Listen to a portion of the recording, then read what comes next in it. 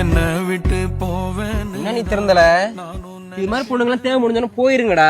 யாழ் அப்பலாம் இல்லடா, என்கிட்ட வாங்கின எல்லாத்தையுமே கொடுத்துட்டு தான்டா என்னை விட்டு போனான். டேய் இவெல்லாம் சல்லி பைசா கேட்க மாட்டேன், வாடா நம்ம போவோம்.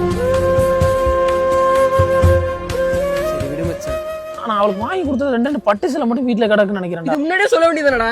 ஆண்டா நம்ம மதுரையில போத்தீஸ் இருக்குல்ல, அது பார்த்தா முருகன் இட்லி கடை இருக்கு, அதுக்கு ஆப்போசிட்ல பார்த்தா எனக்கு தெரிஞ்ச பழைய பட்டுலாம் வாங்குற கடை ஒன்று இருக்கு. இப்ப சேலையை முடிட்டு வேலையை நான் முடிக்கிறேன் அண்ணே. தம்பியோட ஆள் ஓடி போச்சுனே. ஓகே ஓகே, இந்த சேலையாவது எவ்வளவு ஓடுன்னு பாருனே.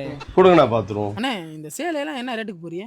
நம்ம கிட்ட பாத்தீங்கன்னா கிட்ட பாக்குற அளவுக்குலாம் என்கிட்ட கண்ணு இல்ல, வேணா இவனை பார்க்க சொல்றேன். அவன் கிடக்குறானே, நீ பார்த்து சொல்லுங்க. எந்த பட்டு சாரியா இருந்தாலும் உரசி பார்த்தே சொல்லிடுவோம். ஏய் அண்ணே நல்லா உரசுவாரு போலடா.